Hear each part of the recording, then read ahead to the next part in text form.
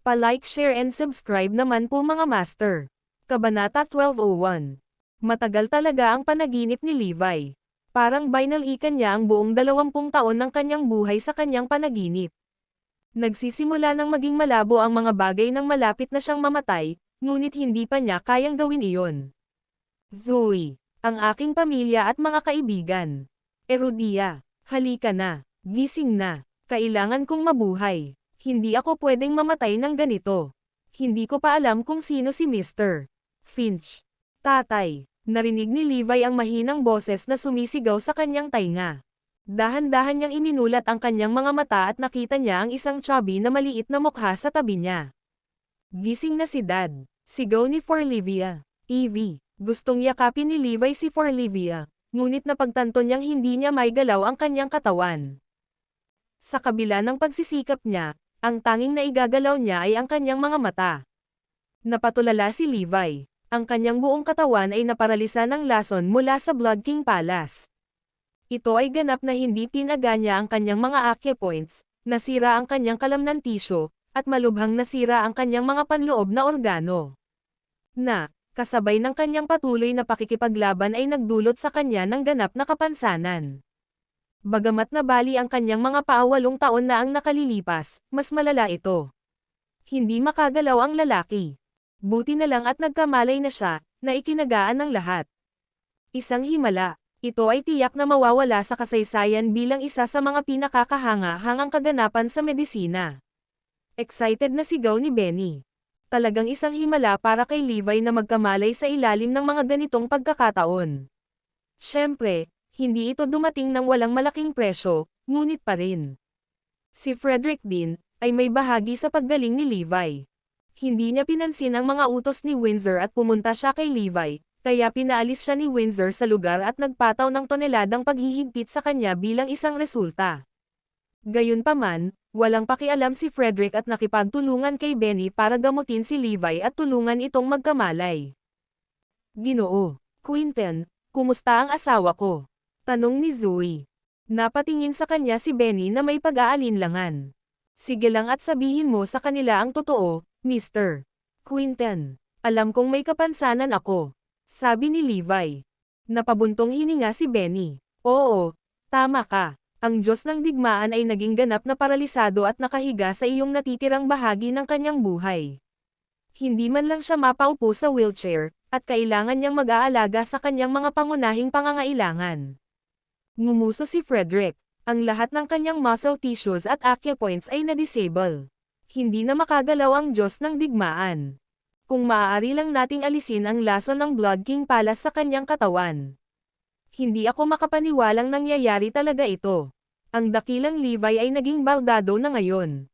Nobela. Thud. Halos himateyan na naman si Emma sa gulat.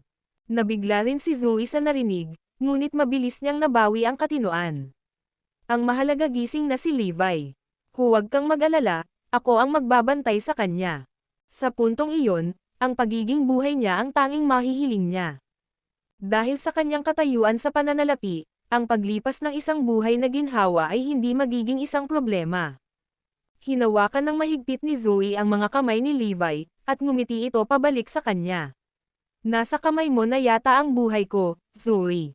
Sigurado. Nakahinga ng maluwag sina Benny at Frederick nang makita nila kung gaano kahusay ang pagkuha ng dalawa. Sa huli, ang tanging mahalaga ay kaligtasan at kaligayahan. Ang Diyos ng digmaan ni Erudia ay naging paylay. Anong biro? Hahaha. Ang video na ito ay edited by Urban TV. Kabanata 1202.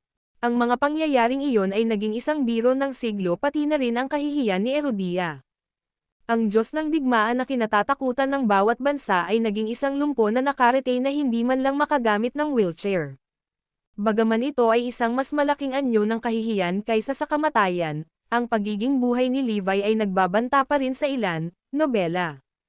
Nagdulot si Levi ng isang malaking eksena matapos patayin ang daan-daang elite sa kanyang huling labanan, kaya imposibleng patayin siya kay Erudia.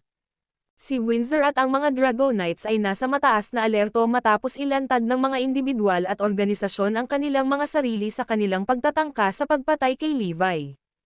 Kabalintunaan, si Levi ay talagang pinakaligtas na ngayon na siya ay baldado dahil ang mga assassin ay hindi magsasapanganib na ilantad ang kanilang sarili muli. Siyempre, iyon ay kung nanatili siya kay Erudia. Tinawag ni Frederick si Levi pagkatapos ilabas ang lahat ng silid, God of War. Pinutol siya ni Levi, ibinigay ko na ang posisyon na iyon, kaya huwag mo na akong tawaging ganyan. Kumunat ang noo ni Frederick. Fine, boss ang itatawag ko sa iyo, pero palagi kang mananatiling God of War sa akin at sa lahat ng tauhan mo. Boss, hindi mo talaga kailangang isuko ang iyong posisyon. Masasabi mo lang sa lahat ang tungkol sa pagkalason mo. Siguradong hindi ka hahamonan ni Windsor. Kami lang ni Benny ang nakakaalam tungkol sa pagkalason kay Levi, at dahil dito ay nasa ganitong estado lang siya. Kung sinabi niya sa kanila ang tungkol sa kanyang kalagayan ng mas maaga, maaari niyang mapanatili ang kanyang posisyon bilang Diyos ng digmaan at iligtas ang kanyang sarili mula sa kahihiyang ito.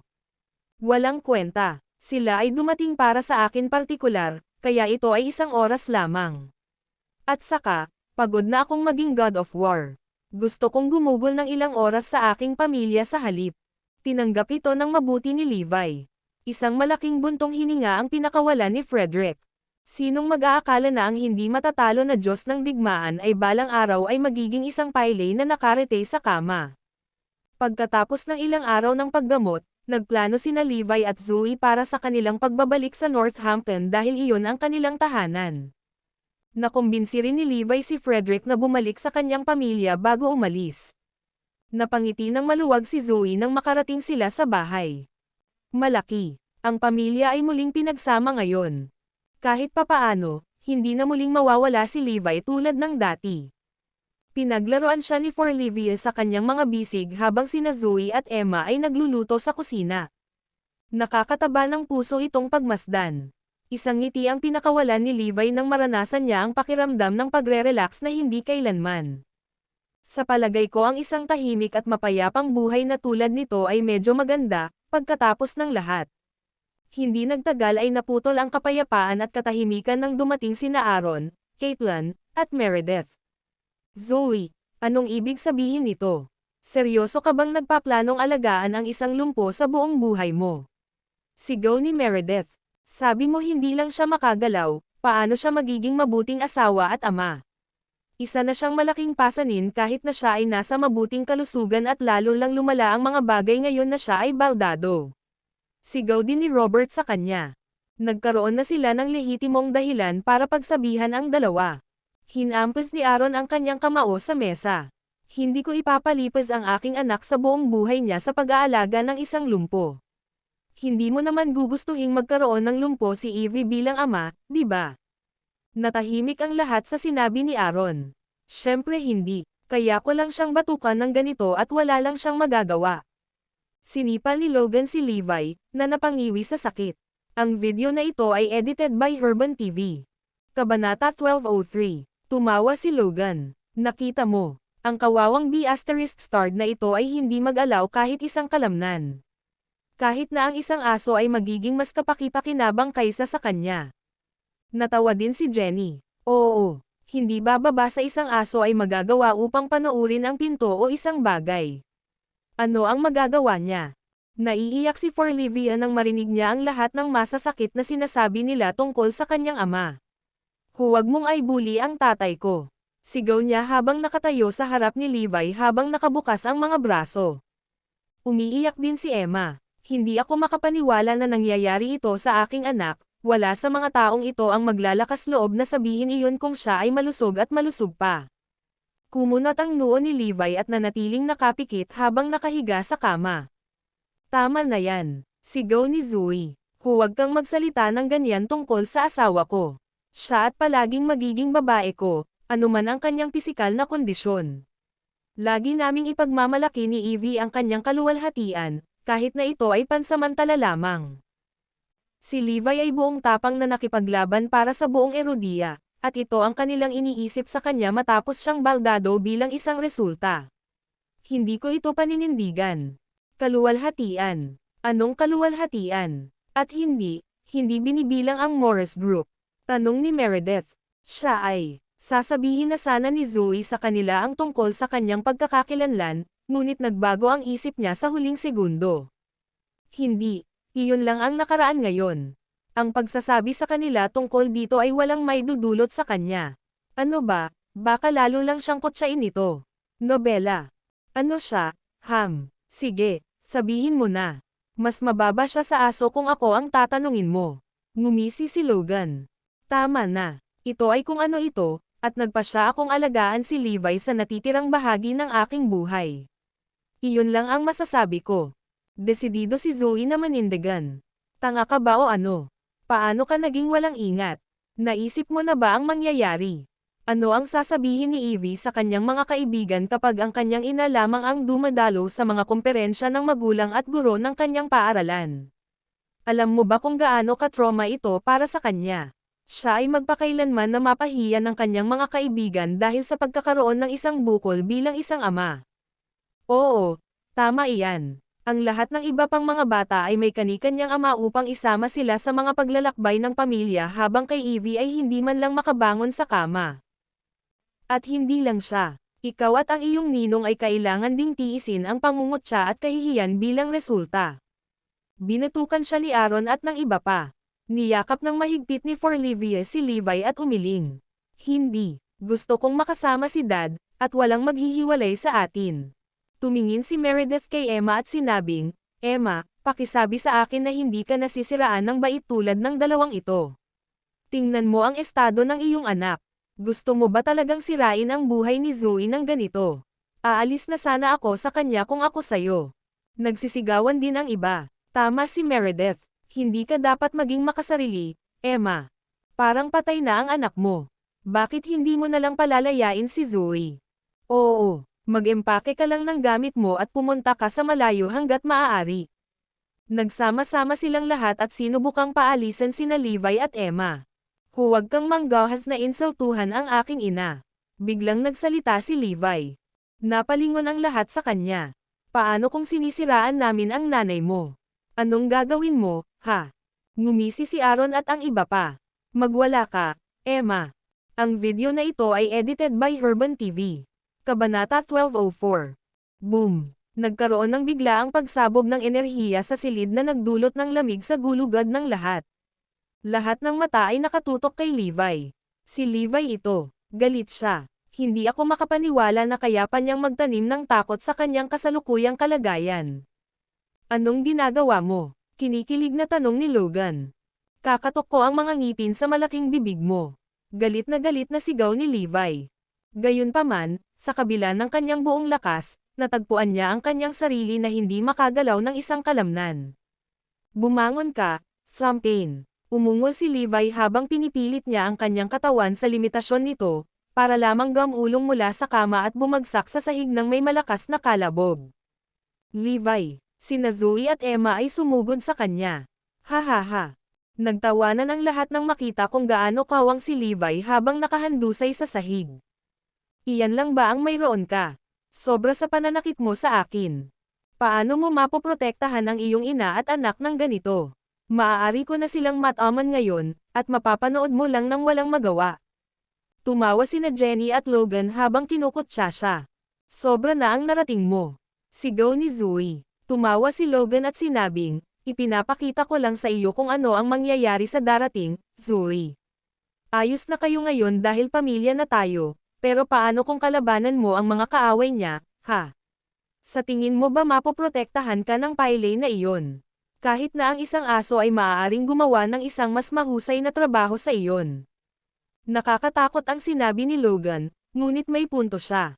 Paano kung ibang tao ang dumating ngayon? Ano ang posibleng gawin ni Levi para protektahan tayo sa kanyang kasalukuyang kalagayan? Nakahiga lang siya at panoorin tayong nasasaktan. Halika, Lolo, Lola. Tara na. Hinimok ni Russell ang galit na mga tao na umalis. Hanggat gusto nilang palayasin sina Levi at Emma, wala silang lakas ng loob na gumawa ng anuman dahil si Zoe ay may Dale na itaguyod siya. Kung tutuusin, iginalang ni Dale ang mga desisyon ni Zoe sa usapin. Parehong lumuluha sina Emma at Zoe matapos buhatin si Levi pabalik sa kama. Ang mga taong iyon ay sobra-sobra, ngunit wala tayong magagawa tungkol dito. Wala sa mga ito ang mangyayari kung hindi nalasan at nabaldado si Levi. Nay, Lola, huwag kang umiyak. Sigurado akong gagaling si Dad. Sabi ni Forlivia habang tinutulungang panasan ang mga luha nila. Huminga ng malalim si Levi. Tama si Evie. Magiging maayos ang lahat. Oo, kailangan nating magpatuloy sa pagsulong sa buhay. Inayos ni Zoe ang sarili.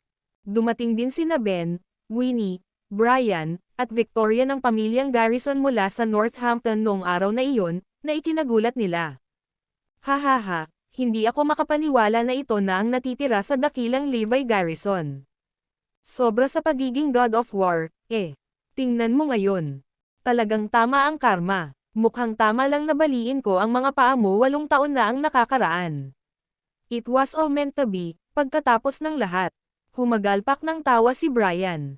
Nakakulong ka ng bali ang mga paa mo, pero nagawa mong mapili. Tao, siguradong bagay ka, Levi. Sabihin mo sa akin, paano mo ginamo ang iyong mga binti noon? Dagdag ni Victoria. Ha ha ha ha, nakatagpo ka ba ng isang miracle worker o isang bagay sa bilangguan? Siguro dapat ka naming ibalik sa bilangguan para magamot ka muli. Nobela. Si Levi ang Sam-Ire sa buhay nila, kaya sobrang saya nilang dalawa na makita siyang ganito. Ang video na ito ay edited by Herban TV. Kabanata 1205. Kung kahit si Benny ay hindi makagamot sa kanya, duda ako na magagawa ng iba. Ngumisi si Ben. Siguro ang bilangguan ay kung saan siya tunay na nararapat. Nakangiting sabi ni Winnie. Lahat sila ay abala sa pang-uuyam kay Levi kaya wala sa kanila ang nakapansin ng ngisi sa kanyang mukha.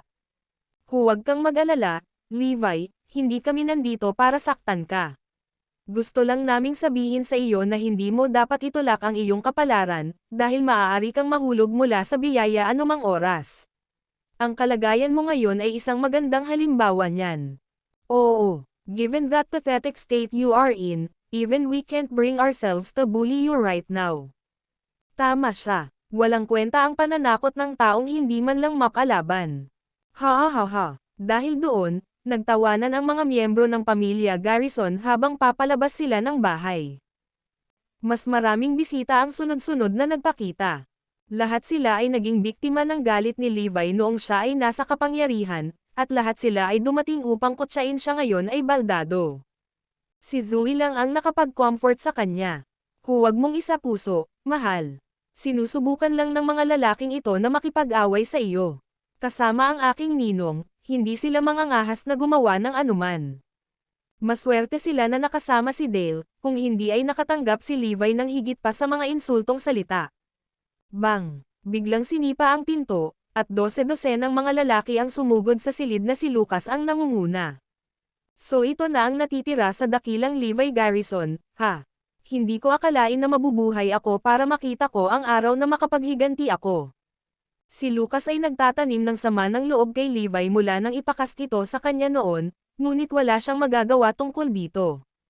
Matapos ang mahabang paghihintay para sa kanyang pagkakataon sa paghihiganti, nabigyan siya ng pagkakataong iyon. So, hindi ka man lang makakagawa ng muscle, ha?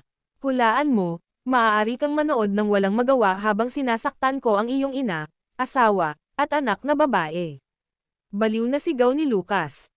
Clump, clump, clump. Lumapit ang ilang bodyguards.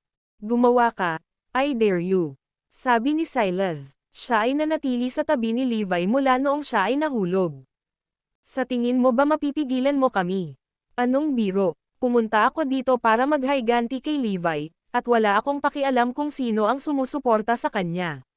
Parang baliw na tumawa si Lucas. Nagsisimula ng magpanik si Silas. Ang mga taong iyon ay mga elite na manlalaban, hindi ako kalaban para sa kanila lamang, at huli na para tumawag para sa backup ngayon.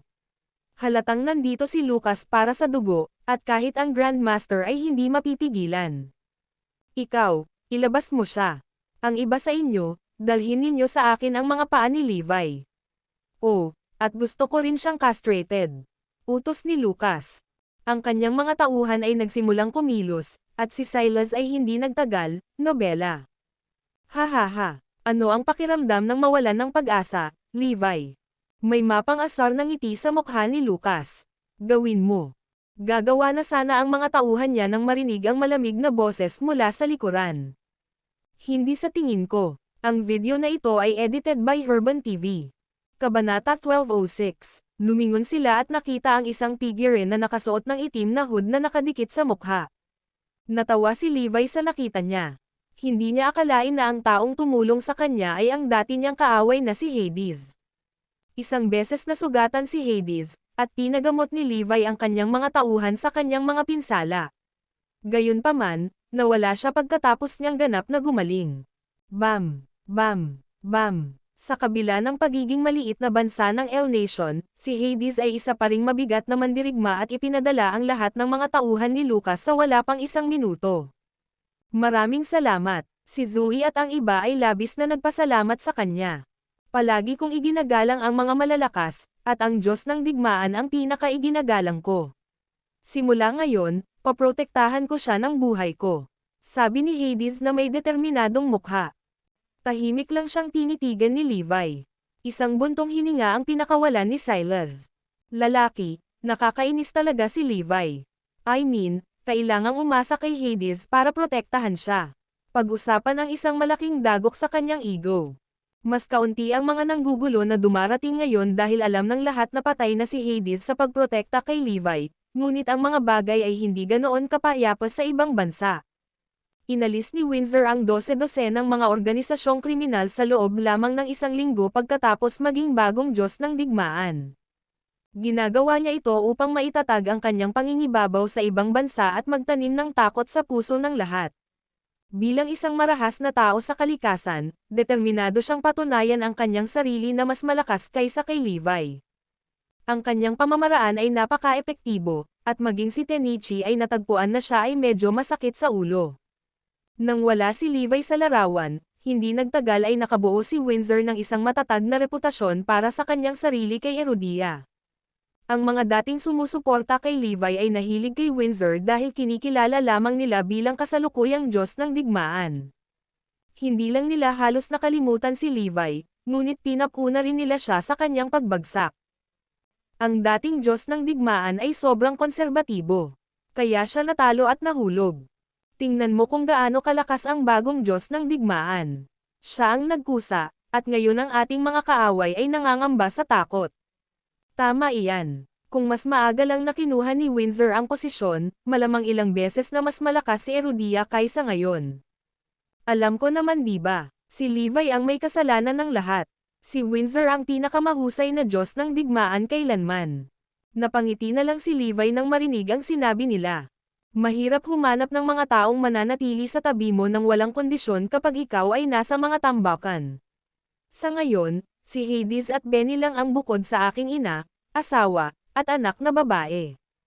Habang itinaya mo ang iyong buhay sa mga frontline, ang mga pinoprotektahan mo ay nagsasaya sa kanilang sarili sa likuran. Nagkunwari silang sinusuportahan ka sa panahon ng iyong kaluwalhatian, at iniwan ka sa sandaling bumagsak ka sa kapangyarihan. Sa katunayan, malamang nasaksakin ka sa likod ngayon.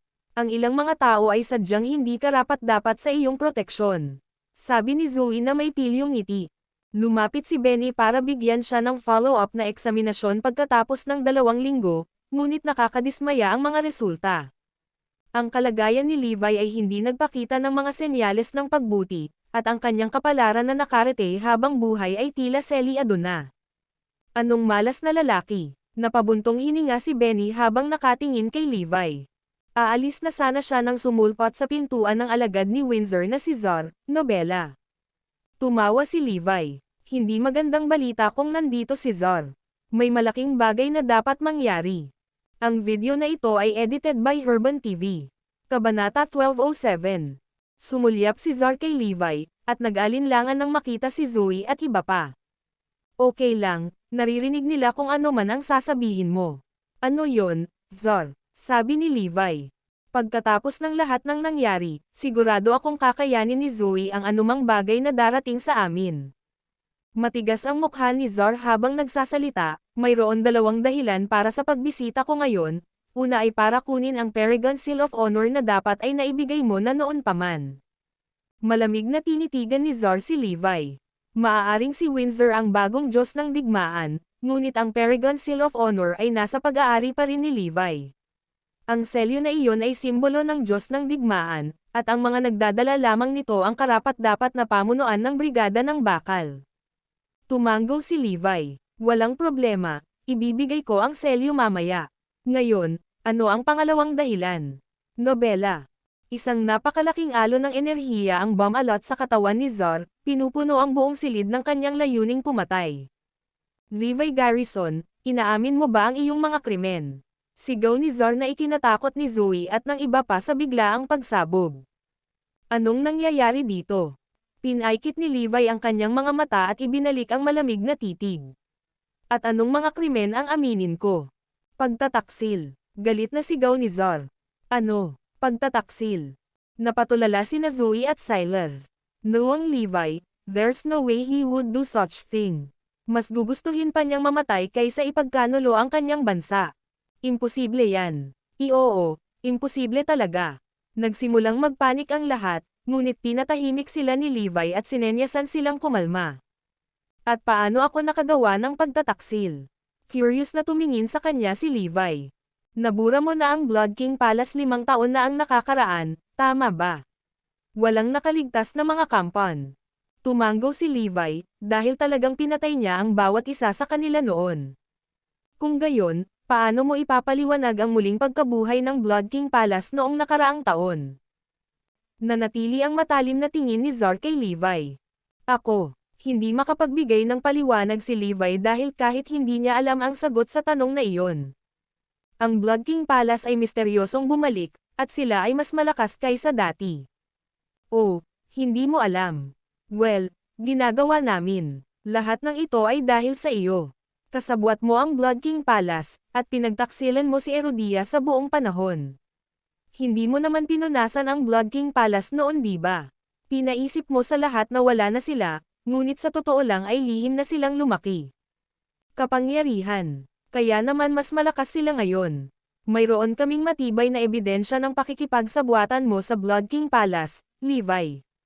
Napatawa si Levi nang marinig ang sinabi ni Zar. Alam kong dadalhin nila ang Blood King Palace. Ito ang perpektong krimen para i-frame ako dahil wala akong paraan para patunayan ang aking pagiging inosente.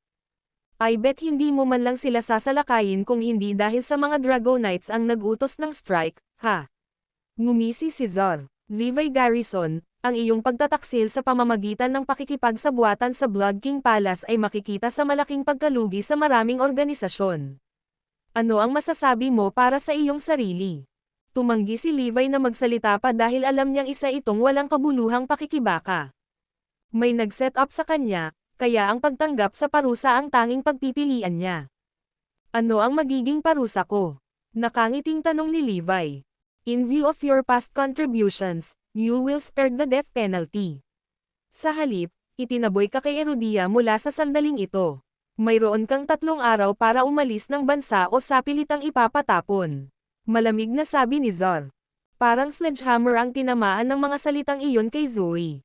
Kino-frame nila si Levi para lang itaboy nila kay Erudia. Paano nila nagawa ang ganoong kalupit na bagay? Ito ay hindi katanggap-tanggap. Ang video na ito ay edited by Herban TV.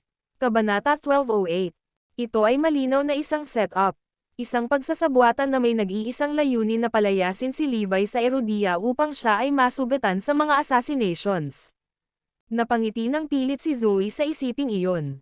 Ang aking asawa ay isang mapagmahal na tao na nag-alay ng kanyang buhay sa proteksyon ng bansa at ng mga tao nito, ngunit ito ay kung paano nila ginagantihan ang kanyang mga gawa.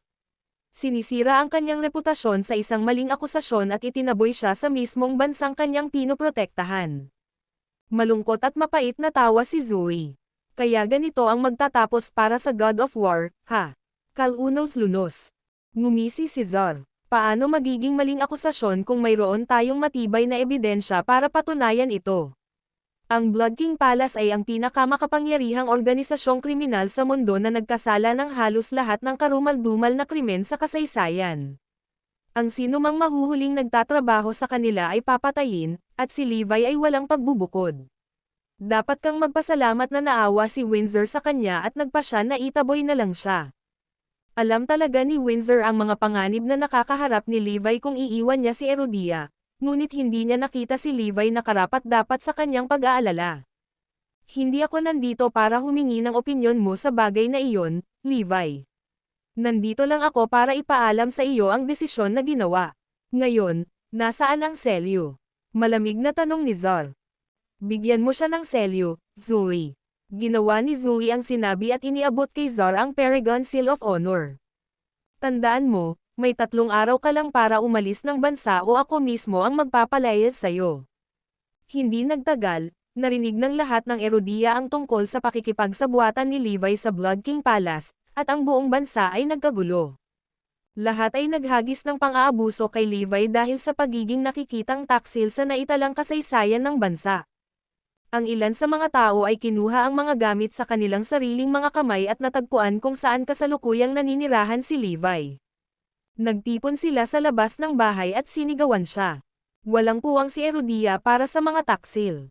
Umalis ka dito, **starred ka. Nobela. Malapit nang masira si Zoe nang marinig niya ang galit ng mga tao sa labas. Anong gagawin natin, Levi? Hahayaan na lang ba natin sila? Ang pag-alis ba kay Erodia ay ang tanging pagpipilian natin? Tanong niya. Umiling si Silas. Wala na tayong magagawa ngayon. Tama si Silas. Dahil sa kung gaano sila determinado na tanggalin ako, masasabi kong walang saysay ang nangyayari. Si Levi ay medyo kalmado at nakolekta. So aalis na lang tayo. Ngunit, ito ay hindi patas. Masyadong hindi patas. Oo, pansamantala. Kung ganoon, sabay tayo. Sabi ni Zoe. Hindi, dito na lang kayo. Ihahatid ko na kayo kapag nakaayos na ako. Magiging mas ligtas ka rito sa proteksyon ng pamilya Liman. Ngunit hindi ba delikado para sa iyo na mag-isa sa labas? Labis na nag-aalala si Zoe. Mayroong isang napakaligtas na isla na maaari kong puntahan upang lelo. Dahil sa aking kasalukuyang pisikal na kondisyon, nagdududa ako na itinuring nila akong isang banta na magpatay. At saka, mayroon akong Hades na protektahan ako. Pagkatapos ng maraming pagsuyo, nagawa ni Levi na hikayatin si Zoe na manatili sa likuran. Aalis tayo bukas. Muli, mabilis na lumabas ang balita tungkol sa pagpapaalis ng Diyos ng digmaan mula sa Erodia kinabukasan. Ang video na ito ay edited by Herban TV. Kabanata 1209. Ang lahat ng kanyang mga kaaway mula sa ibang bansa ay labis na nasiyahan sa narinig, lalo na ang mga namamatay upang makaganti sa kanya. Si Tenichi at ang isang grupo ng mga lalaki ay nagtipon sa isang isla. Levi Garrison, sa wakas ay pinalayas ka na kay Erodia, Masayang ngumiti si Tenichi. Siya ang nasa likod ng lahat ng nangyari. Si Levi ay nanatiling banta sa lahat ng kanyang mga kaaway sa ibang bansa habang siya ay nabubuhay, at hindi sila makakapagpahinga hanggat hindi sila ganap na nabubuhay. Nakakita ng pagkakataon si Windsor nang matuklasan niya ang ebidensya ng pakikipagsabuatan ni Levi sa Blood King Palace, at agad niyang sinamantala ang pagkakataong iyon. Aalis na si Levi sa Erodia bukas. Magagawa natin ang ating mga hakbang sa sandaling makalabas na siya sa mga hangganan ng bansa, at hindi na natin kailangang maging palihim tungkol dito. Ngumisi si Tenichi. Tama ka sir. Ipapadala sa amin ni Mr. Finch ang rutang tatahakin ni Levi sa kanyang paglabas ng bansa sa lalong madaling panahon. Hahaha, tiyak na malaking tulong siya sa pagtanggal kay Levi. Napangisi si Tenichi. Siguraduhin kumpleto ang lahat ng paghahanda. Dapat nating patayin si Levi sa sandaling umalis siya sa Erodia. Ang pagtiyak na totoong patay na si Levi ang tanging paraan para mabawasan ang kanilang mga alalahanin. Malapit na iyon kinabukasan. Huwag kang mag-alala, Levi. Hiniling ko sa aking ninong na ihatid ka sa mga piling mandirigman na ito sa iyong destinasyon. Puntahan mo na lang kami kapag nakapag-ayos na kayo, okay? Sabi ni Zoe sabay turo sa grupo ng mga elite fighter mula sa pamilya Liman na nakatayo sa likod niya. Talagang gusto niyang umalis kasama siya, ngunit huwag na dahil magiging pananagutan lamang niya ito sakaling atakihin siya. Inayos din ng pamilya Liman na may tumanggap sa iyo pagdating, kaya magiging maayos ang lahat. Pinunasan ni Zoe ang mga luha niya habang tinutulungan si Levi na papasok sa sasakyan. Pupunta ako doon kasama si Evie kapag nakaayos na siya. Nay, Zoe. Huwag kang mag-alala, babalik ako kaagad.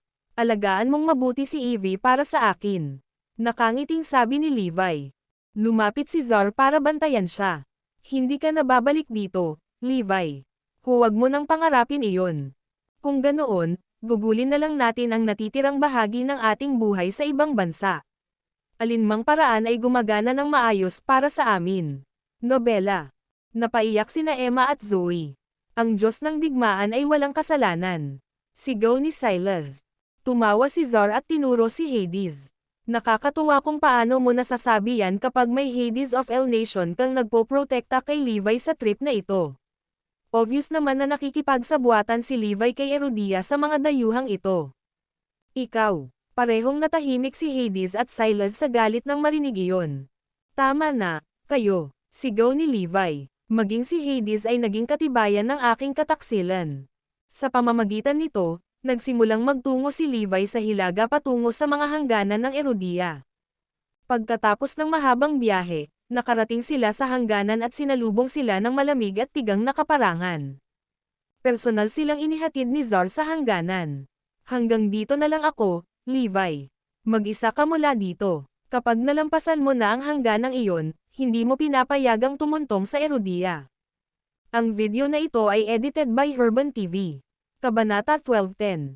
Ito ay isang araw ng kapanglawan at kalungkutan.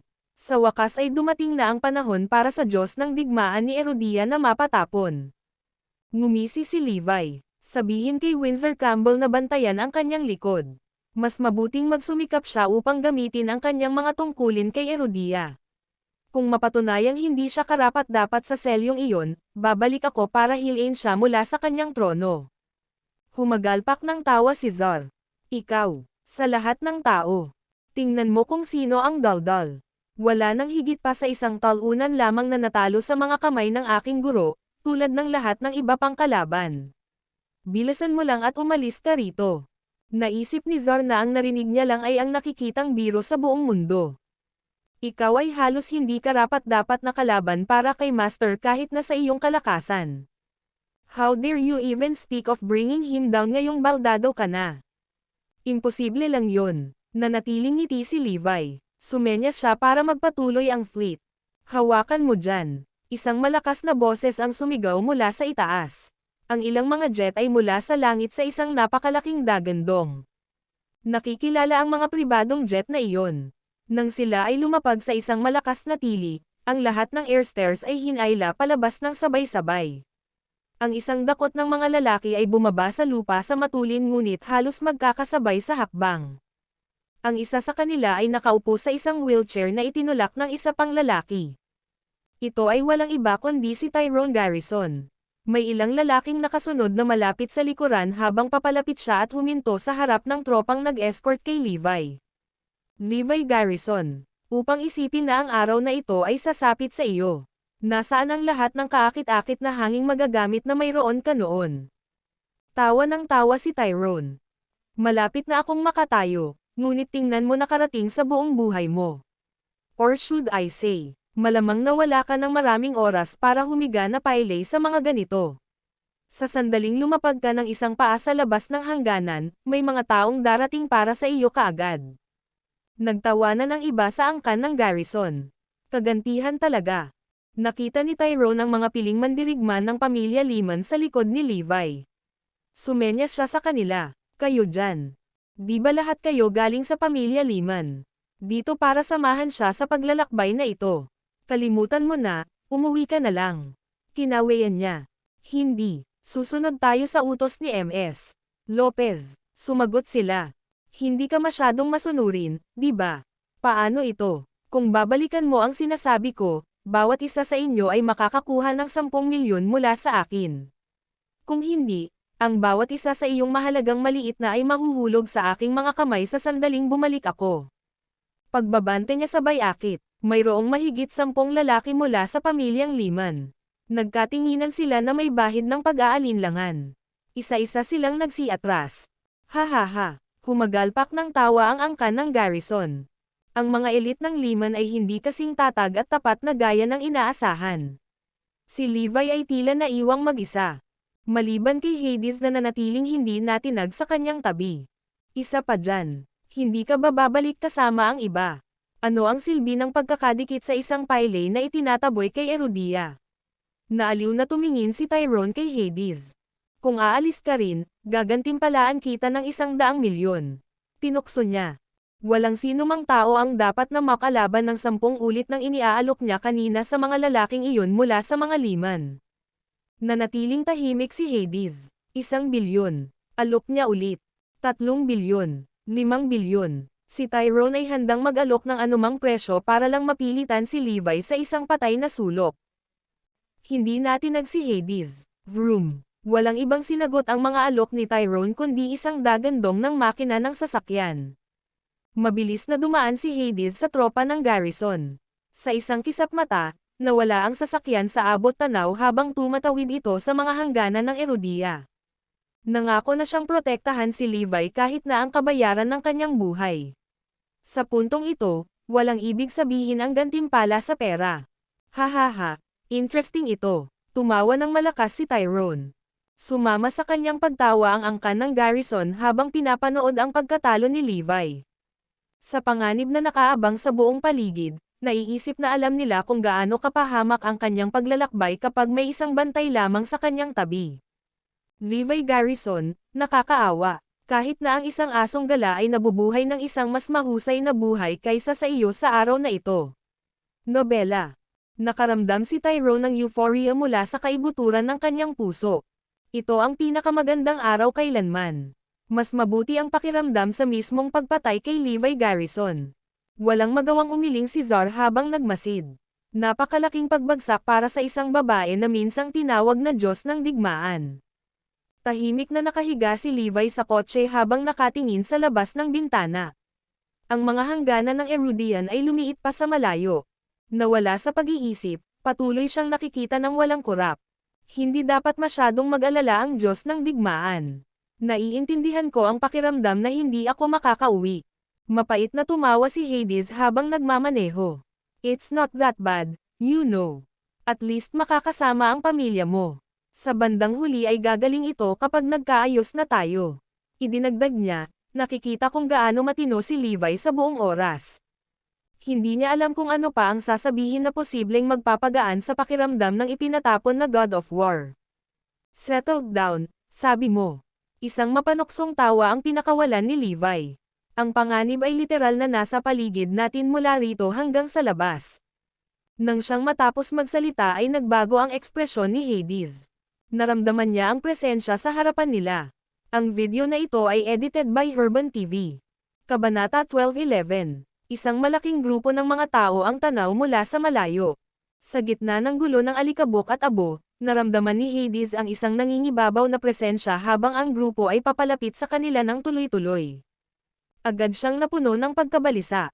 Huwag kang mag-alala, paprotektahan kita kahit anong mangyari. Bulalas niya. Ngumiti si Levi at mahinahong sumagot, malamang hindi ito ang iniisip mo. Kalalabas lang nila sa hangganan ng Erudia, Nobela. Masyado pang maaga para gumawa ng hakbang ang kalaban. Hindi nagtagal, ang grupo ng maraming lalaki ay nagmarcha ng palapit na ang bawat isa sa kanilang mga mukha ay malinaw na makikita. Huminto sila at tumayo ng ilang braso ang layo sa harap ng sasakyan. Napangiti si Levi nang makita ang mga pamilyar na mukha na ito.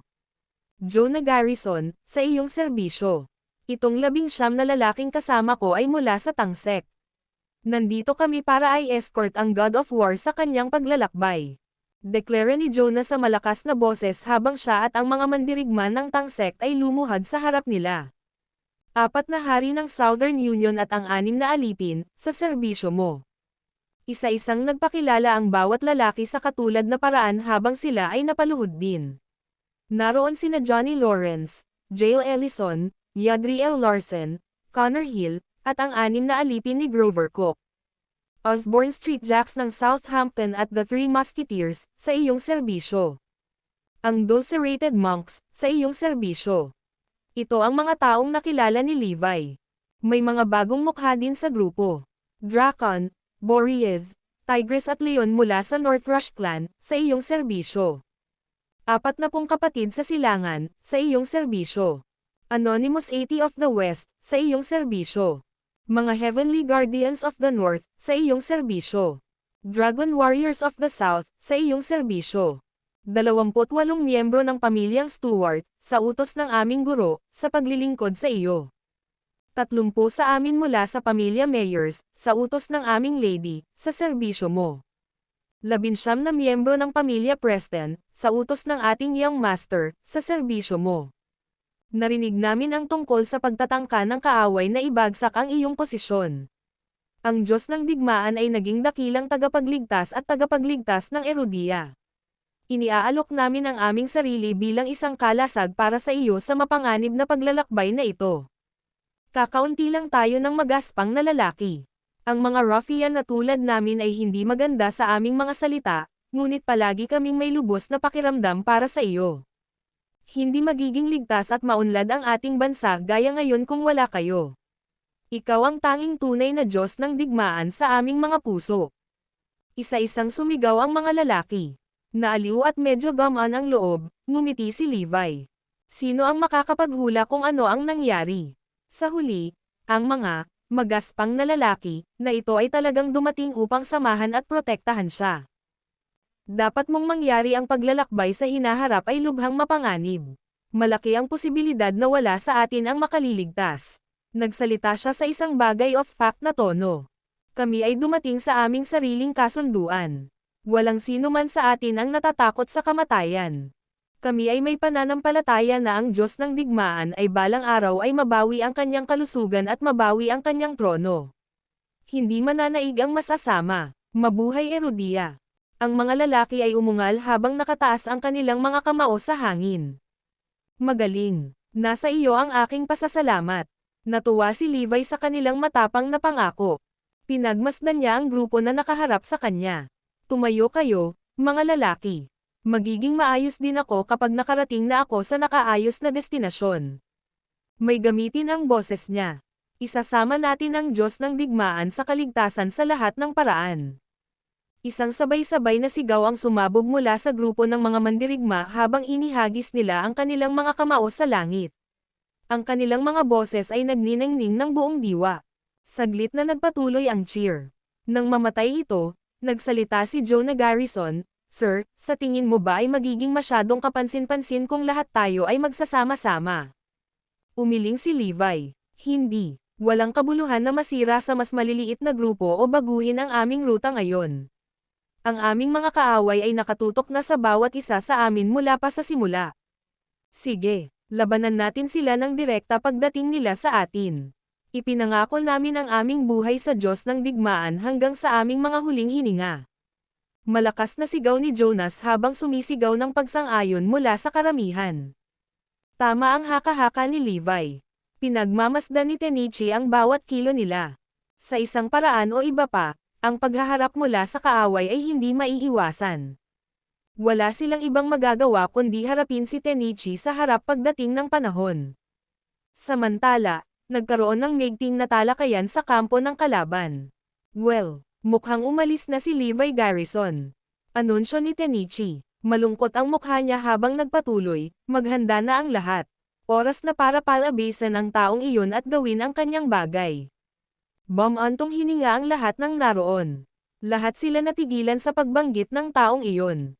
Ang video na ito ay edited by Herban TV. Kabanata 12:12. Tara na, sumunod ka sa akin sa Northgale Prison. Utos ni Tenichi habang tumatayo. Sa sandaling ito, nasa Northgale sila. Ito ay isang rehiyon sa tapat mismo ng mga hangganan ng Erudia. Iyon ang eksaktong lugar kung saan papunta si Levi. Sa kailaliman ng lupa ay nakatayo ang isang tiwangwang at mahiwagang piitan. Ito ay isang lugar para sa mga pinakakasuklam-suklam at nakamamatay na mga bihag mula sa Bayview at Northgale. Bawat isang bilanggo na nakakulong dito ay nakapatay ng kahit 1,000 buhay. Hinahanap ni Tenichi ang pinakamalakas sa kanilang lahat. Ang taong iyon ay kilala bilang pinakamalakas na bihag ng Northgale Prison, na nag-iisang minasacre ang 10,000. Walang ibang bilanggo ang nakalampas sa kanyang mga tala. Isang tunay na demonyong mamamatay tao. Ayon sa alamat, nagmula siya sa isang lubhang ligaw at marahas na tribo.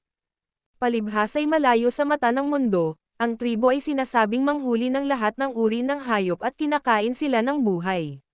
Nagkaroon din ng mga ulat tungkol sa mga taong nanghihimasok na nakannibalized. Walang nakakaalam ng kanyang pangalan.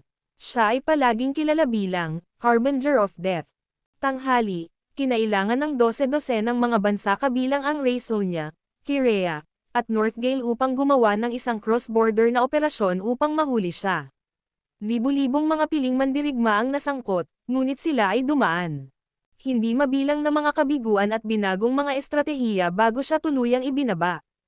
Siya ay isang nakakatakot na kontrabida na ang husay sa pakikipaglaban ay isang ultimate class. Bihira lang na makatagpo ng isang God-class warrior, lalo na ang isa na nagranggo ng ultimate. Hindi nagtagal, dumating si Tenichi at ang kanyang mga tauhan sa kulungan. Ang lugar ay binabantayan ng husto kung saan 10,000 mandirigma ang nakatalaga sa buong compound.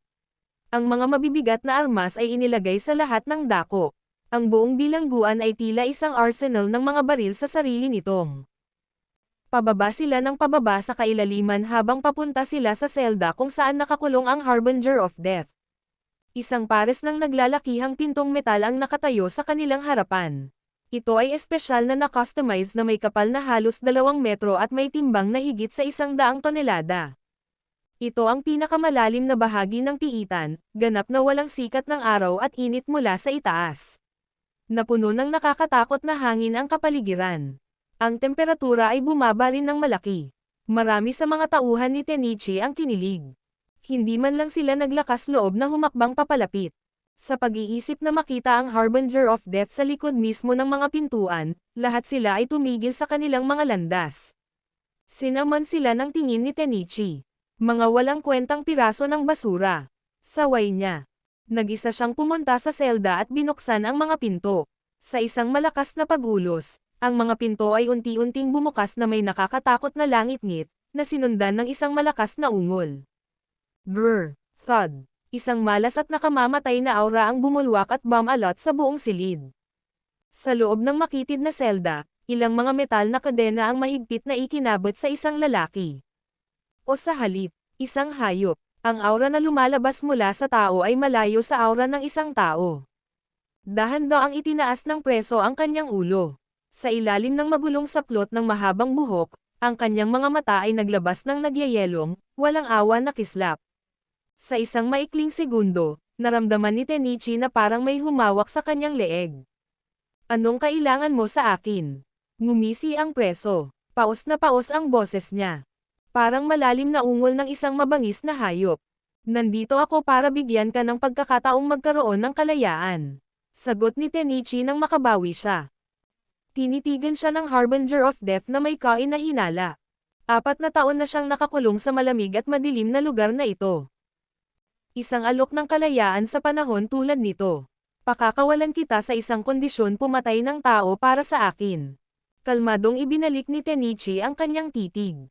Isang malakas na tawa ang pinakawalan ng Harbinger of Death. Hindi ka ba natatakot na dalhin ko sa iyo ang lahat ng isa pang kapahamakan? Hinding-hindi makokontrol ang isang ultimate class na demonyo kapag napalaya na siya. Ito ay isang halos imposibleng gawa upang mahuli siya muli. At syempre, ang isang tulad niya ay hindi susunod sa mga tagubilin ng sinuman. Huwag kang mabalisa. Una, papainumin kita ng espesyal na lason bago ka paalisan dito. Pangalawa, ang taong gusto kong patayin mo, tumigil si Tenichi at nagbigay ng mapanuksong ngiti. Walang iba kundi ang Diyos ng digmaan ni Erodia, si Levi Garrison. Nagliwanag ang mga mata ng Harbinger of Death sa pangalang iyon. Pumayag. Agad niyang bulalas na may malawak na ngiti, na nagpapakita ng kanyang nakakakilabot na nakasulat at baluktot na mga ngipin na kasing talas ng pangil ng hayop. Alam na alam kung sino ang target, hindi na niya kailangang mag-alinlangan. Inutusan ni Tenichi ang kanyang mga tauhan na dalhin ang lason at pinanood ang paglunok nitong demonyo. Ang Harbinger of Death ay hindi lamang binigyan ng lason. Ito ay ipinamahagi sa bawat iba pang bilanggo, na pinalaya ni Tenichi sa ilalim ng parehong kondisyon. Pumunta ka, dalhin mo sa akin ang pinuno ng Diyos ng digmaan ni Erodia. Ha ha ha ha. Umalangaw-ngaw ang tawa ni Tenichi sa buong piitan. Daan-daang masasamang mamamatay tao ang sumugod sa Northgate Prison sa isang pagkakataon habang pinangunahan sila ng Harbinger of Death. Napuno ng masamang tawanan at hiyawan ang mga napalaya na bilanggo sa labas ng tarangkahan. Sa lalong madaling panahon, ang pagkawasak ay muling tatama sa mundo sa itaas nila, nobela. Upang lipulin si Levi Garrison, gagawin ni Tenichi ang anumang haba. Ang kanyang galit kay Levi ay hindi nasusukat. Maging ang kanyang mga tauhan ay nanginginig nang makita ang mga baliw na nagkakagulong mga tao na nag-aagawan patungo sa lupa sa itaas. Kung gaano nila sinunod si Tenichi, hindi nila maarak ang ganoong pagkilos ng malamig na dugong paniniil ng kanilang pinuno. Ito ay lubos na takot. Ang video na ito ay edited by Urban TV. Kabanata 12:13. Sa kabila, si Levi at ang kanyang grupo ay nagmamaneho sa buong disyerto ng buong bilis. Kinailangan nilang makarating sa itinalagang bayan ng mabilis hanggat maaari. Ang Diyos ng digmaan ay magiging ligtas kapag ipinadala nila doon. Ang paglalakbay ay hindi naging maayos. Parang walang darating kung tutuusin. Napaisip si Jonas at ang iba pa. Kung iisipin, sino ba ang gugustuhing habulin ang isang lalaking lumpo at ipinatapon? Hindi siya maglalagay ng banta sa anumang paraan. Kahit na ang isang 5 taong gulang na bata ay madaling pumatay sa kanya. Ano ang silbi ng pag-aaksaya ng ilang mga hitsura ng mga bansa para lamang maalis siya? Nagsimulang gumaan ang pakiramdam ng lahat. Sa wakas, ang kanilang layunin ay matutupad ng walang labis na problema. Magiging ligtas si Levi. Diyos ng digmaan, malapit na tayong papasok sa isang maliit na bahay. Ito ay halos 30 kilometro mula sa iyong nakatakdang lokasyon. Dapat tayong maging ligtas kapag nakalagpas na tayo sa bayang ito. Sabi ni Hades. Sige, sabihin sa lahat na mag-ingat. May nararamdaman akong masama, babala ni Levi. Ang kanyang kanang talukap ay tumitibok sa buong oras. Ang bayan sa unahan ay tila kakaibang tahimik at walang buhay. Walang anumang palatandaan ng isang sibilyan sa mga lansangan. Sa katunayan, ang kapaligiran ay nakakaramdam ng masama. Sa sobrang pagkadismaya niya, hindi siya makagalaw kahit 1 pulgada sa sandaling ito. How he wished na pagkukunwari lang. Nako, hindi may kakaila na disabled talaga siya. Nagsimula siyang mag-alala. Ayaw niyang mapahamak ang sinuman sa mga lalaking nag-escort sa kanya. Bago pa siya makapag-alala, dumating na ang grupo sa bahay. Hindi ito isang malaking settlement. Isang pangunahing kalye lang ang makikita, na tinatayang 3 kilometro ang haba. Screech. Biglang huminto ang sasakyan nang biglang nagpreno si Hades.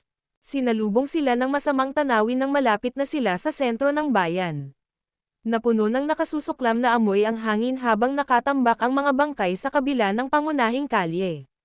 Tumalsik ang sariwang dugo sa bawat sulok. Ito ang mga bangkay ng mga residente ng bayan. Ang matanda at bata, babae at bata. Wala sa kanila ang nakaligtas. God of War. Parang minasacre ang buong bayan kanina lang. Humugat ng malalim na hininga si Hades. Anak ng Ab-Asterisk-Turk, mapait na pagmumura ni Levi. Nagalit siya. Ang huling bagay na gusto niya ay makita ang mga inosenteng sibilyan na pinatay ng ganito. Kahit na hindi sila ang mga tao ng Erudia. Mag-ingat ka. Itabi natin ang mga katawan na ito ng mabilis. Kailangan nating lampasan ang bayang ito ng mabilis hanggat kaya natin. Utos ni Jonah sa grupo habang nangunguna siya. Walang oras na sayangin. Kinailangan nilang gumawa ng butas sa bundok ng mga bangkay na humaharang sa kanilang daan. Ha. Maya-maya pa, sunod-sunod na tawanan at hiyawan ang umalangaw-ngaw sa kanilang paligid. Isang anino ang sumunod sa isa pang anino habang sila ay lumabas sa bawat sulok. Ang mga figurang papalapit sa kanila ay nakasuot ng sira-sirang damit at walang kilay na buhok. Mukha silang primitive cavemen. Ang escort group ay galit na inihanda ang kanilang mga armas. Nakaramdam sila ng matinding uhaw sa dugo. Ang mga kalaban ay nagbigay ng napakalakas na vibe. Mayroon talagang ilang mga mandirigma sa klase ng Diyos sa mga nagngangalit na mandurumog. Itinoon nila ang kanilang mga dagwang mata sa armada ni Levi. Malalim ang problema natin. Bulalas ng isang tao. Hingal na hingal ang grupo habang naiintindihan nila ang sitwasyon. Sa isang malinaw na pagtingin sa kaaway, masasabi nilang ang mga taong ito ay hindi lamang isang grupo ng mga baliw na barbaro. Sila ay mga baliw na may nakakatakot na kapangyarihan. Kunin ang ulo ng Diyos ng digmaan. Isang baliw na sigaw ang tumusok sa mabigat na hangin. Tuwang-tuwa sa kanilang bagong nahanap na kalayaan mula sa Northgate Prison, ang mga bilanggo ay umaksyon kay Levi sa bilis ng kidlat. Mga kapatid, ipaglaban natin ang Diyos ng digmaan hanggang sa wakas. Angal ni Jonah. Sunod-sunod na sigaw ng labanan ang umalangaw-ngaw sa kanya habang ang mga tao ay naghahanda upang labanan ang mga kalaban. Ang Diyos ng digmaan ni Erudia ay hindi mahuhulog ng ganito. Para kay Erudia, para sa Diyos ng digmaan. Sisingilan. Sa isang kisap mata, nagkasagupaan ang magkabilang panig sa isang marahas na pag-aalsa. Darn it! Galit na sigaw ni Levi. Lahat ay lumaban para sa kanyang kapakanan. Sa kabilang banda, ni isang limb, ay hindi niya may galaw. Kinasusuklaman niya ang bawat segundong lumipas. Napuno siya ng takot habang siya ay nagpupumiglas ng walang kabuluhan. Ayaw niyang makita ang sinuman sa mga lalaki na namamatay sa harapan niya. Kinasusuklaman ng lalaki ang bawat bahagi ng kanyang sarili. Alam ng Diyos kung gaano niya gustong bumangon. Gusto niyang lumaban kasama ang lahat. Ngunit ano ang kabutihan niya ngayon? Hindi pa siya nakakaramdam ng ganoong kadesperado sa buong buhay niya. Samantala, sa itaas na palapag ng kalapit na gusali, ang Harbinger of Death ay nakatayong mag-isa, ang kanyang matalas na mata ay tumitingin sa larangan ng digmaan. Ang kanyang bibig ay basang-basa sa isang mabangis na tilamsik ng pula. Pinagmasdan niya ang eksena habang tumutulo ang basang dugo mula sa isang tipak ng karne na nakahawak sa kanyang kamay. Ito ay isang piraso ng hilaw na laman, walang makakaalam kung saang hayop o kanino nagmula ito. Ang video na ito ay edited by Herban TV. Kabanata 12:14. Buntong hininga. Levi Garrison, bakit ako mag-aaksaya ng oras sa iyo ngayong naging basura ka na? Nawalan ng interes ang Harbinger of Death nang makita niya ang baldado na si Levi na nakakulong sa kotse. Tulad ni Windsor Campbell, gusto rin niyang patayin ang Diyos ng digmaan sa kanyang pangunahing soberanya. Ngunit ang taong nakita niya ngayon ay isang mahina at walang pagtatanggol na si Levi. Kahit sino ay maaaring tapusin siya sa kanyang mga kamay. Hindi na siya karapat-dapat na kalaban. Inalis ng Harbinger of Death ang kanyang atensyon mula sa larangan ng digmaan. Pinunit niya ang isa pang kagat ng karne gamit ang matatalas niyang ngipin. Mas maraming dugo ang tumulo sa lupa habang siya ay nagpipista. Sa gitna ng bayan, napuno ng mga spark at pagsabog ng hangin. Ang mga bilanggo ay may nakakatakot na lakas. Tulad ng isang disoriented na grupo ng mga mabangis na hayop na pinalaya mula sa pagkabihag, ang kanilang kalugod-lugod na pagkahumaling na mapalaya ng mas maaga ay nagpapataas ng kanilang brutal na kapangyarihan. Ang grupo ng mga escort ni Levi ay hindi gaanong makapangyarihan. Ang bawat panig ay lumaban para sa iba pang layunin. Ang mga kaaway ay naghangad na pumatay at sirain, ang mga Erudian ay naglalayong protektahan ang kanilang pagmamataas at kabutihan. Nangingilid ang mga luha sa kanyang mga mata habang pinagmamasdan ni Levi si Jonas na pumasok sa gitna ng mga kaaway na may talam sa isang kamay. Ang lalaking iyon ay isang taong may isang paa sa libingan. Ngunit naroon siya, mabangis na nakikipaglaban para sa kanyang kapakanan kasama ang iba. Karamihan sa mga lalaki ay hindi man lang magkakilala. Ngunit lahat sila ay nagkaisa at buong tapang na lumaban. Kung tatalikuran nila ang sarili nilang buhay bilang kapalit, sana. Ito ay isang karapat-dapat na sakripisyo para sa katarungang kanilang ibinahagi. Para sa lupain ng Erudia na kanilang pinagsaluhan. Namula ang mukha ni Levi sa kawalan ng pag-asa. Ayaw ko nito. Hinamak niya ang kanyang kasalukuyang sarili na hindi nagawang iangat ang kanyang talam at protektahan ang mga tao ng Erudia. Sisingilan. Patayin sila. Nangunguna si Jonas sa frontline. Ang mga elite ng Tang sect ay mahigpit na sumunod sa kanilang pag-atake, tulad ng isang grupo ng mga mababangas na tigre. Ang apat na hari sa lalong madaling panahon ay sumulong sa isang split second. Si Drakon at ang trio ay sumunod sa tahimik na pag-unawa. Hindi nila hahayaang gumuho ang pride ng North Rush Clan nang walang laban sa tabi ng iba pang mga mandirigma. Mabilis nilang nilusob ang kaibigan ng mga kalaban at nagpabagsak ng isang misa. Ang lahat ng iba pang mga lalaki ay lumaban sa abot ng kanilang makakaya. Ano man ang mangyari, hindi nila hahayaang makalapit ng isang hakbang ang isang kaaway sa kotse kung saan naroon si Levi. Patuloy sa pagmamaneho si Hades sa abot ng kanyang makakaya. Habang kinakaladkad at iginulong ng isang dakot na lalaki ang mga bangkay sa isang tabi, dahan-daang umusad ang sasakyan. Bawat isang mandirigma ay puno ng mga kamay sa paggawa ng isang butas para sa kotse at pagtatanggol laban sa mabangis na pagsalakay ng mga kaaway sa parehong oras. Whoosh! Thud! Bang! Hindi nagtagal, isa-isang itinapon sa ere ang mga katawan. Bawat isa ay bumagsak ng may malakas na kalabog nang bumagsak silang patay sa lupang may bahid ng dugo. Iyon ang mga elite mula sa pamilya Preston. Boom! Pumalakpak, damanak ang dugo at tumalsik sa lahat ng direksyon. Mas maraming katawan ang gumuho habang tumatagal. Malaking pagkatalo ang naranasan ng magkabilang panig habang nagpapatuloy ang matinding labanan. Ang bundok ng mga patay na sibilyang katawan na nakabara sa kalye kanina ay naalis na. Gayunpaman, ang sasakyang naghahatid kay Levi ay nakausad lamang ng mahigit 10 metro. Daan-daang mamamatay ang nakatayo pa rin sa daan sa unahan nila. Walang ibang pagpipilian upang iwan ang bayang ito ng walang pinsala. Ang pagdanak ng dugo ay hindi maiiwasan. Tayo na, mga kapatid. Ito ay ang 40 kapatid sa silangan. Sila ay umungal habang sila ay sumugod patungo sa hadlang ng mga kalaban. Ang 40 lalaki ay hindi nagtagal ay nabigla habang ang mga palaso ay umuulan mula sa langit. Isa-isa silang nahulog. Sa loob ng 1 minuto, walang naiwan na nakatayo. Kalunos-lunos, ngunit gaano sila katapangan. Ang kanilang sakripisyo ay naging bukas para sa iba. Atin na ngayon, singilin. Sa pagkakataong ito ay ang Anonymous 80 of the West. Ang liga ay binubuo ng mga lalaki mula sa iba't ibang antas ng pamumuhay. Kabilang sa kanila ang mga retiradong opisyal ng militar, mga ngaso, martial art coach, at miyembro ng iba pang propesyon. Sa madaling salita, sila ay isang grupo lamang ng mga karaniwang tao. Mga regular na sibilyan na nagtatag ng combat guild para tulungan si Levi. Sumakay sila sa kayig ng mga kalaban. Patayin sila. Lumaban ka. Hindi tayo bababa hanggat hindi tayo nagbibigay ng daan para sa Diyos ng digmaan. Sila ay 80 karaniwang tao, gayunpaman sila ay kasing tapang ng 80 walang takot na hayop. Whoosh! Klang! Gosh! Mas maraming dugo ang damanak. Mas maraming katawan ang nagkalat. Nilabanan nila ang labanan sa mga sugatang katawan. Walang sinayang ang pagkakataong itinakda ng 40 kapatid para sa kanila sa kabayaran ng kanilang buhay.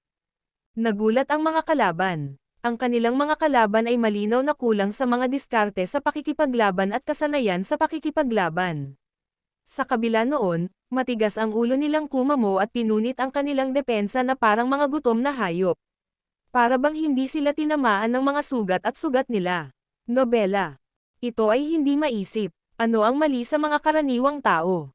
Ang mga lalaking ito ay mas baliw kaysa sa kanilang sarili. Pumalakpak. Thud. Bumagsak. Alisin ang Diyos ng digmaan dito. Ang pagkakaiba sa lakas ay napatunayang napakalaki pagkatapos ng lahat. Sa huli, ang Anonymous 80 ng kanluran ay ganap na natalo at wala ng buhay sa isang pool ng dugo. Ang video na ito ay edited by Herban TV. Kabanata 12:15. Ang isa pang 80 tao sa gayon ay humugat ng kanilang huling hininga sa isang banyagang larangan ng digmaan. Tuluyan ng tumulo ang mga luha sa mukha ni Levi. Mga huwarang lalaki ng Erudia. Isa kang tunay na bayani. Bawat isa sa inyo. Mas maraming pagkakasala at puot ang sumakop sa kanyang buong sarili. Bakit kailangang ganito? Pinoprotektahan sa halaga ng maraming buhay habang wala kang magawa sa sarili. Lalo siyang nahirapan sa kamalayan na hindi niya kayang lumaban. Ayaw niyang mas maraming buhay ang mawawala. Ang mga mandirigma mula sa kanluran at silangan ay bumagsak. Sa wakas, ang isang pagbubukas ay naging mas nakikita sa kabila ng kalye. Nagbunga ang sakripisyo ng mga namatay na mandirigma. Wala ni isa man sa kanila ang namatay na walang ngiti sa labi. Atake. Ipaghiganti ang ating mga kapatid mula sa silangan at kanluran. Ang Dragon Warriors of the South at ang Heavenly Guardians of the North ay sumugod pasulong. Nagpatuloy sila sa pagpasok sa lupain ng mga kaaway at pinalawak ang daanan na binuksan ng mga nahulog na bayani. Nagsimula nang lumiko ang mga mesa. Para bang ang pagkamatay ng mga mandirigma ay isang sagradong sakripisyo na tinanggap ng mga Diyos sa itaas. Nagsimulang manig ang mga tauhan ni Levi. Marahil ay bumaba sa kanila ang mga pagpapala ng mga Diyos. Unti-unti, ang natitirang mga mamamatay mula sa Northgate Prison ay pinilit na paatras habang sila ay nagtutulak. Sa isang segundo, ang fleet ay umabant ng 100 metro. Ang biglaang kaguluhan ay muling nakakuha ng atensyon ng Harbinger of Death. Bundok ng basura. Napamura siya sa galit. Ipinagpatuloy niya ang pagnguya sa piraso ng hilaw na karne ng walang pakundangang. Samantala, nagpatuloy ang madugong digmaan sa lansangan. Nagulat ang Northgate prisoners sa biglaang pagbaliktad ng sitwasyon. Ano ang nangyari sa mga magsasaka na ito? Hindi ba't sa simula pa lang ay talo na sila? Itinapon nila ang kanilang buhay na parang mga baliw na hayop. Nakakatakot na sigasig. Ang mga bilanggo ay nasa gulat at pagkamangha pa rin. Bakit nila ito ginagawa? Lahat para sa isang paylay. Isang taksil. All for a now useless Levi Garrison. Worth it ba talaga siya? Hindi nila kailanman mauunawaan ang debosyon ng mga lalaki sa kanilang pinuno at sa kanilang minamahal na bansa. Ito ay isang bagay na hindi mauunawaan ng mga outcast at mamamatay tao na tulad nila. Patuloy. Patayin silang lahat. Malapit na tayong magtagumpay. Nagpatuloy si Jonah sa pagkaway at paglaslas sa kanyang talam. Duguan ang mga mata niya.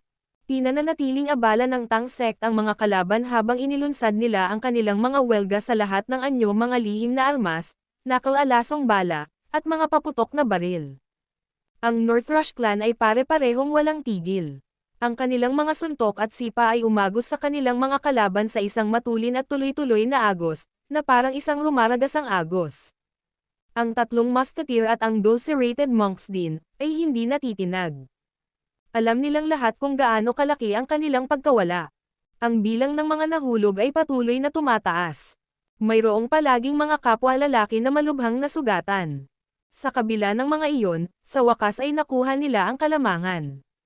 Hindi nila hahayaang umatras o mag-alinlangan anumang oras. Boom! Pow! Wham! Nagpatuloy ang rampage. Mas maraming dugo ang anak. Si Jonah ay may mahigit 10 sugat sa buong katawan. Ang matingkad na pula na tumakip sa kanya kasama ng alikabok at mga labi, ay nagpatingkad sa kanyang matanda na puting korona. Lahat ng 19 na lalaki mula sa Tang sect ay kasing sugat, kahit na walang kamatayan sa kanila. Ang isa sa kanila ay nabali ang magkabilang braso habang ang isa naman ay nawalan ng paa. Wala ni isa sa kanila ang umungol, bawat isa ay patuloy na lumaban ng may pinakamataas na lakas.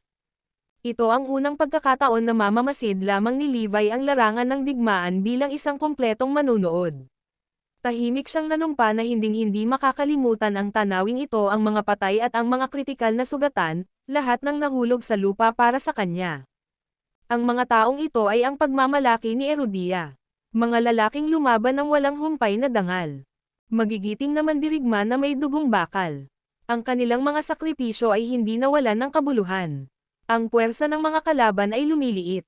Nagkalat ang mga bangkay mula sa magkabilang panig sa buong lupa. Itinuring lamang ng Northgate prisoners ang labanang ito na parang laro ng mga agila na nangangaso ng mga sisiw. Sino ang makakaalam na ang mga hunted chicks na ito ay naging isang nakakatakot na ngunit puwersa. Kahit na ang kanilang kapwa Diyos class na mga bilanggo ay pinatay. Halika, lumapit ka sa amin kung maglakas loob ka. Si Jonas ay umungal sa mga kaaway, na ikinakaway ang kanyang talam sa kanila. Malapit nang mamigay ang kanyang pisikal na lakas. Natigilan siya saglit at halos madapa. Gayunpaman, ang kanyang kalooban na lumaban ay hindi sumusuko. Papatayin ko ang bawat isa sa inyo na darating. Hindi kalayuan sa kanya ay nakatayo sina Johnny at Yagriel ng Four Kings, kasama ang ilan pang iba. Nag-uusok sa galit ang mga namumula nilang mata. Ang kanilang mga sibat na baril at talam ay basang-basa sa pula. Patuloy na tumulo at tumutulo ang dugo ng mga napatay sa dulo ng kanilang mga sandata. Takbo. Nagsimulang kainin ng takot ang natitirang 12 ng mga bilanggo. Sila ay pasuray-suray at naghanda na tumalikod at tumakbo. Ang ganitong eksena ay hindi maisip. Sino ang maniniwala kung ang balitang ito ay kumalat? Sino ang maniniwala kung sasabihin sa kanila na libu-libong mamamatay tao na kriminal mula sa Northgate Prison ang tinakat ng mga regular na lalaki? Basura talaga. Walang kwenta kayong lahat. Isang nagngangalit na boses ng demonyo ang umalangaw-ngaw mula sa kanilang likuran. Ang Harbinger of Death ay lumitaw nang sila ay nagsimulang tumakas. Boom! Nang ang isa sa mga bilanggo ay tumakbo sa kanya, isang sampal ang natamo niya sa kanyang ulo. Ang bungo ng bilangguan ay sumambulat sa isang gulo ng laman at buto sa sandaling iyon, nobela. Boom! Erg! Isa pang sampal ang sumunod at isa pang bungo ang sumabog. Isa-isa, ang Harbinger of Death ay nagbigay ng nakamamatay na suntok sa bawat bilanggo na nagtatangkang tumakas. Ang video na ito ay edited by Herban TV. Kabanata 12:16. Samantala, tumawa si Jonah Garrison at ang kanyang mga tauhan sa kanilang kaligtasan. Nagawa namin, lahat, salamat sa iyong pagsusumikap, sigaw ni Levi. Biglang sinabi sa kanya ng intuit ayon niya na may paparating na delikado, at napakunot ang noo niya. Boom! Isang napakalaking bugzo ng hangin ang dumaan sa mga lansangan, na nagdala ng malakas na duguan na amoy at isang avalanche ng mga patay na dahon. Agad na nawala ang mga ngiti ni Jonah Garrison at ng kanyang mga tauhan sa kanilang mga mukha nang mas lalong lumakas ang takot sa kanila.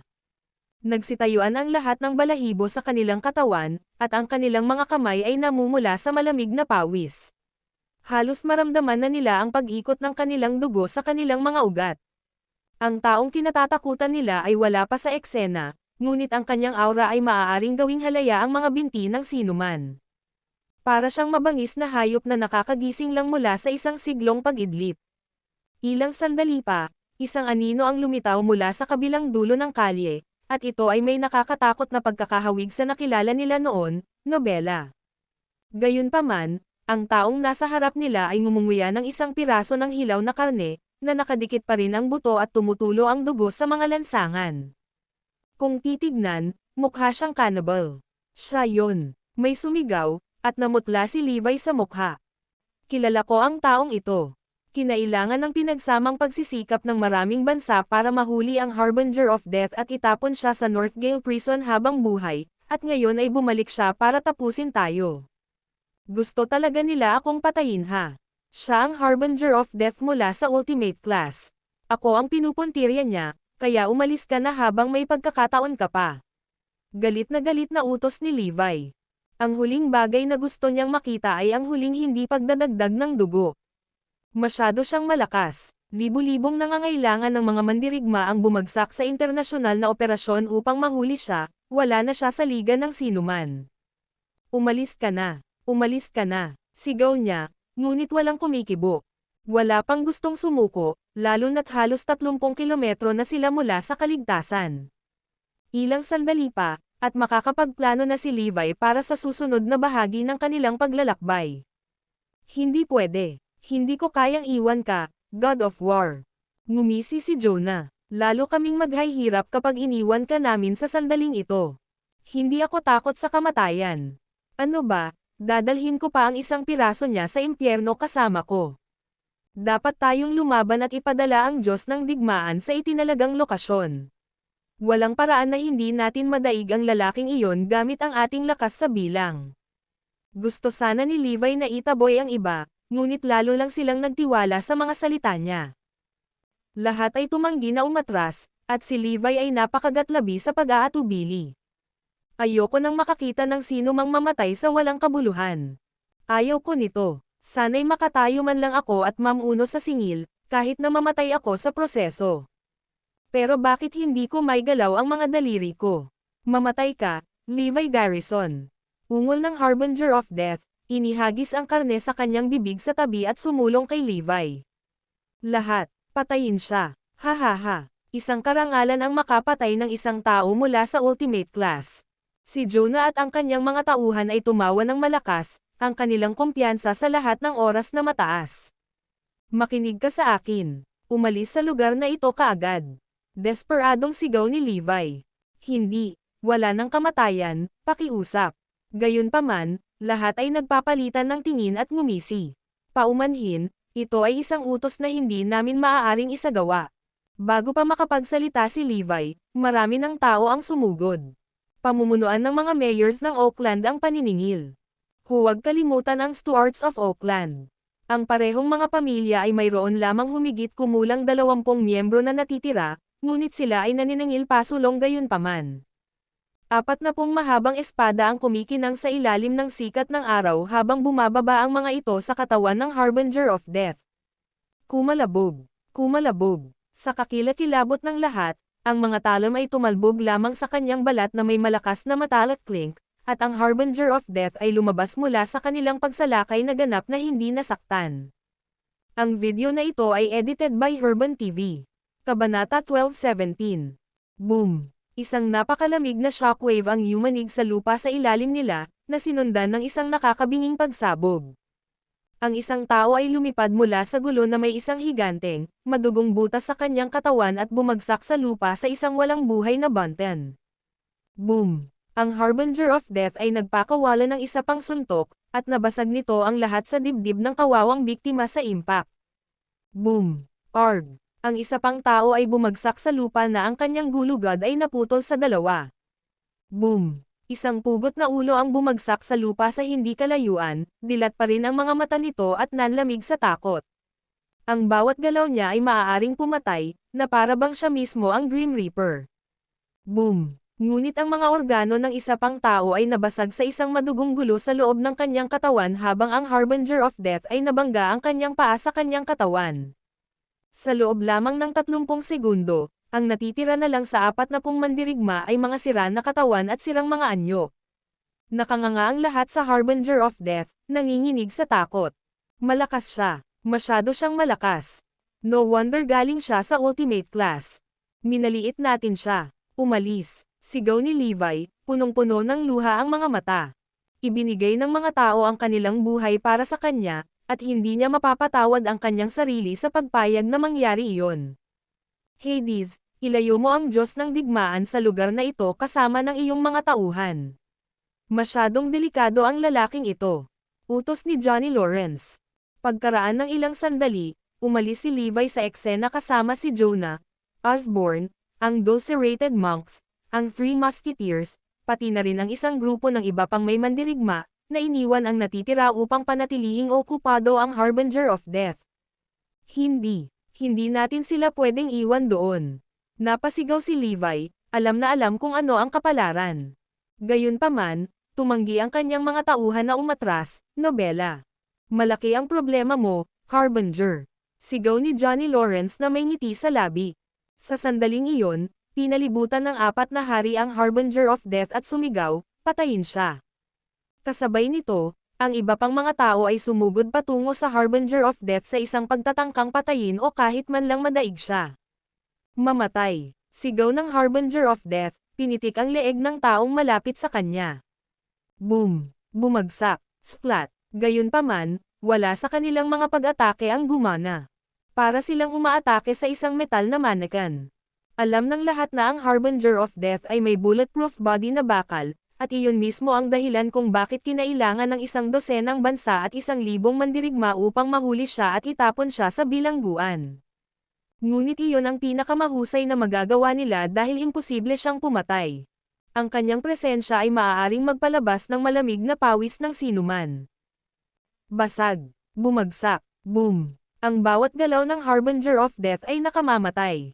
Sa loob ng ilang minuto, ang lupa malapit sa kanyang mga paa ay nagkalat ng mga katawan, at 2 buong paksayon ang bumagsak. Maaari niyang patayin ang isang tao sa isang welga, at walang sino man ang nakaligtas sa kanyang mga pag-atake. Bumaba ka, Harbinger. Bumili tayo ng oras para sa God of War. Si Johnny at ang iba pang mga mandirigma ay bumangon laban sa Harbinger of Death, ngunit sila ay nakikipaglaban sa isang talunan.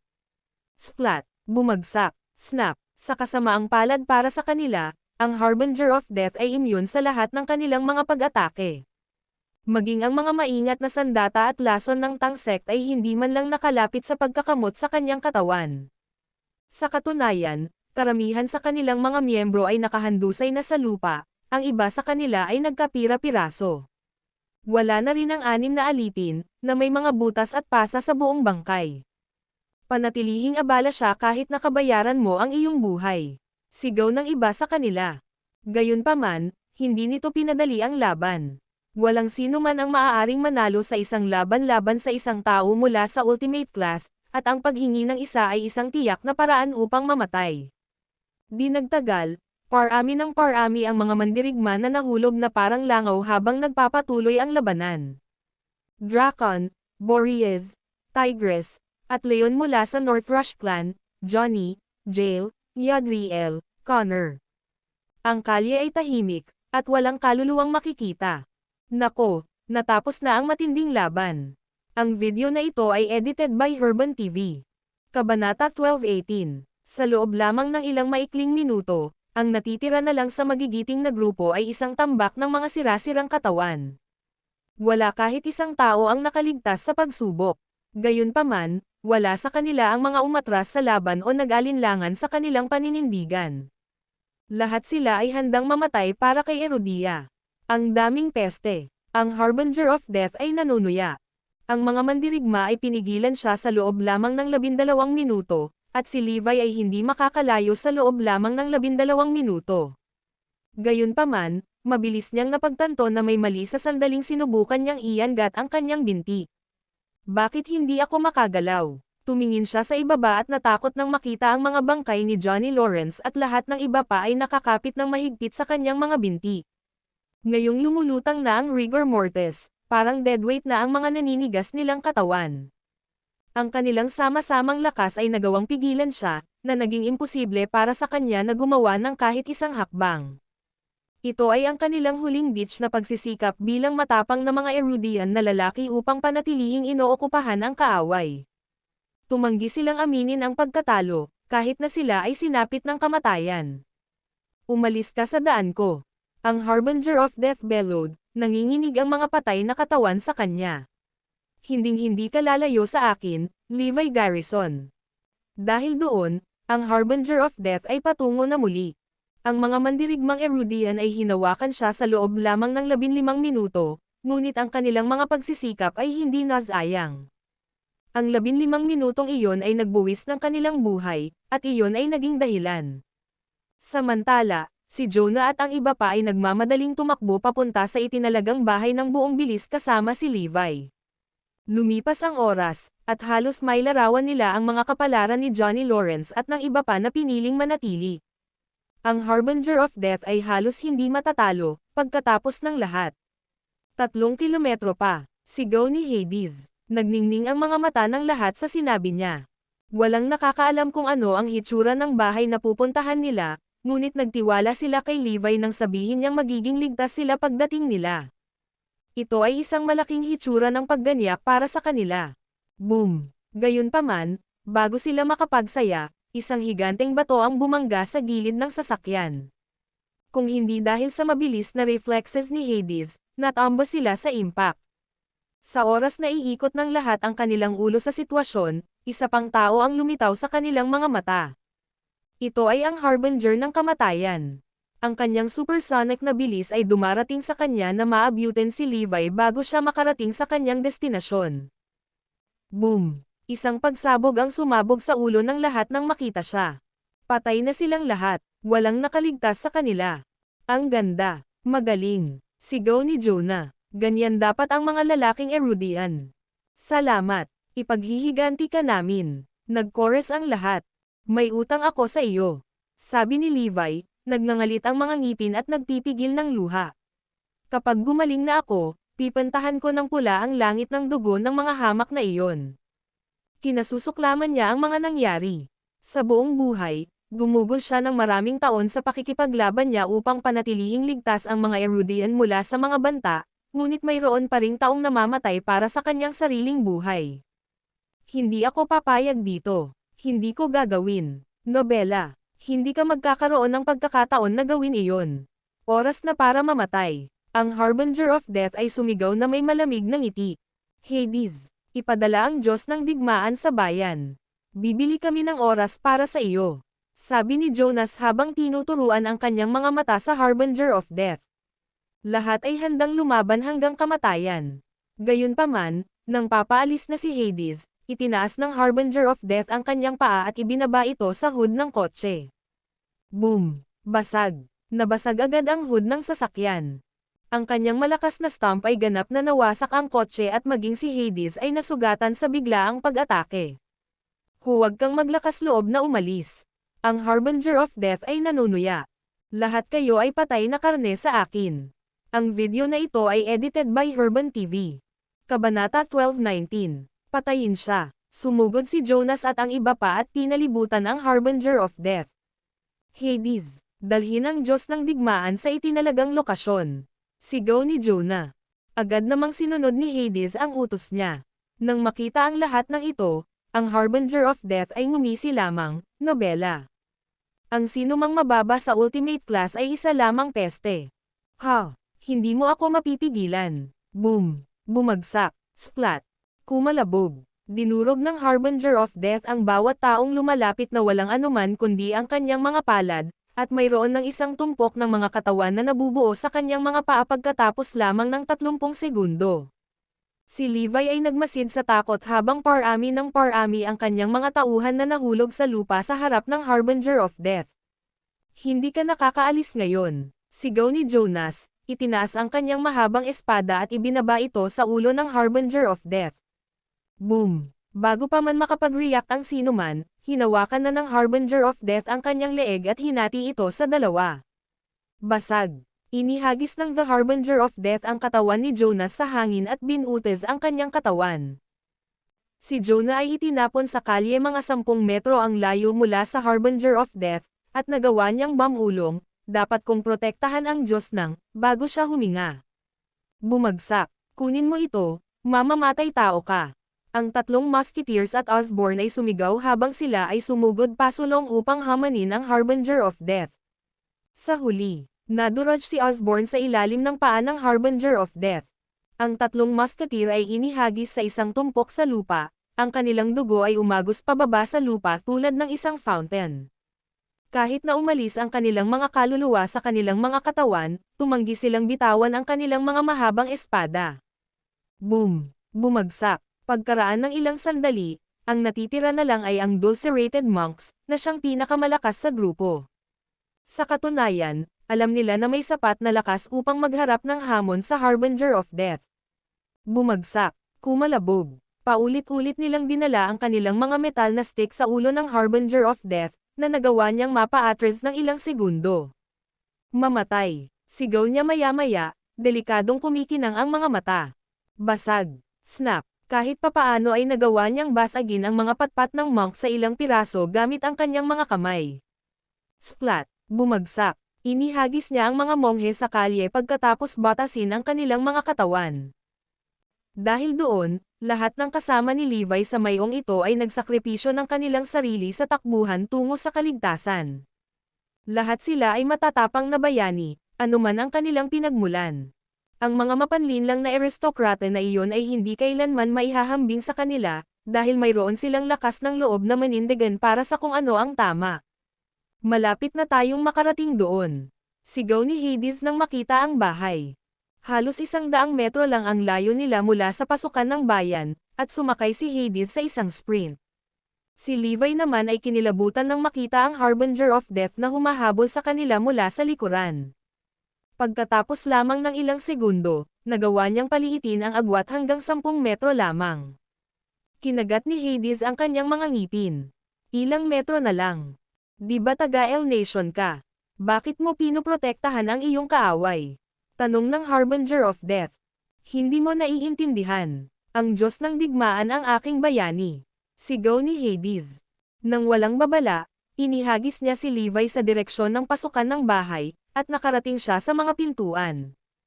Ikaw ang humihingi nito. Ang Harbinger of Death sumigaw, bar aisles patungo sa Levi sa pinakamataas na bilis.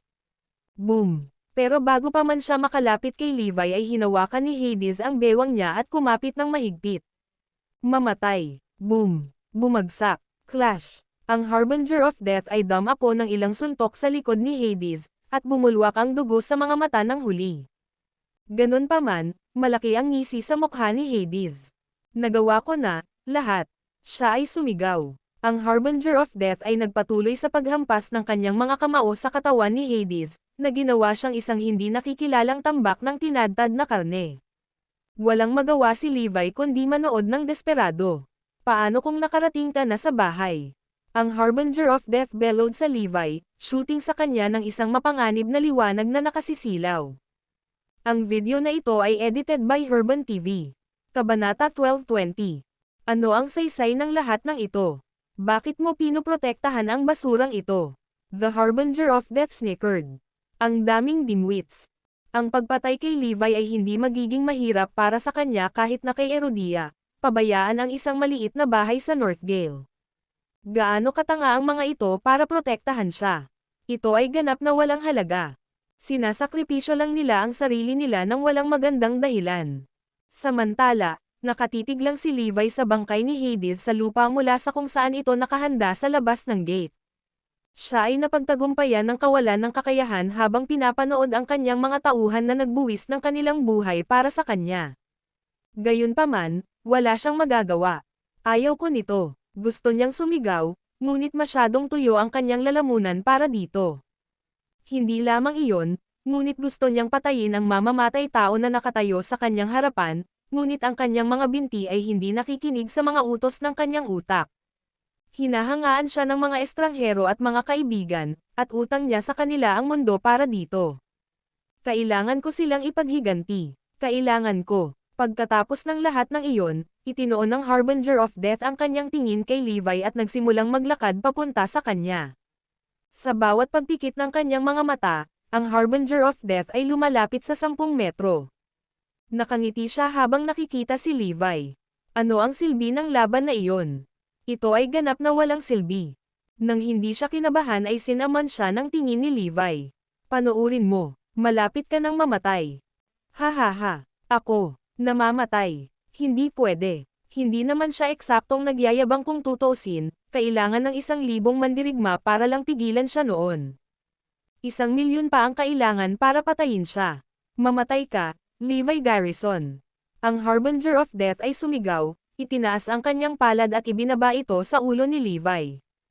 Boom! Gayunpaman, bago niya ma-flat si Levi para maging pancake, isang malaking pagsabog ang umalangaw-ngaw sa hangin.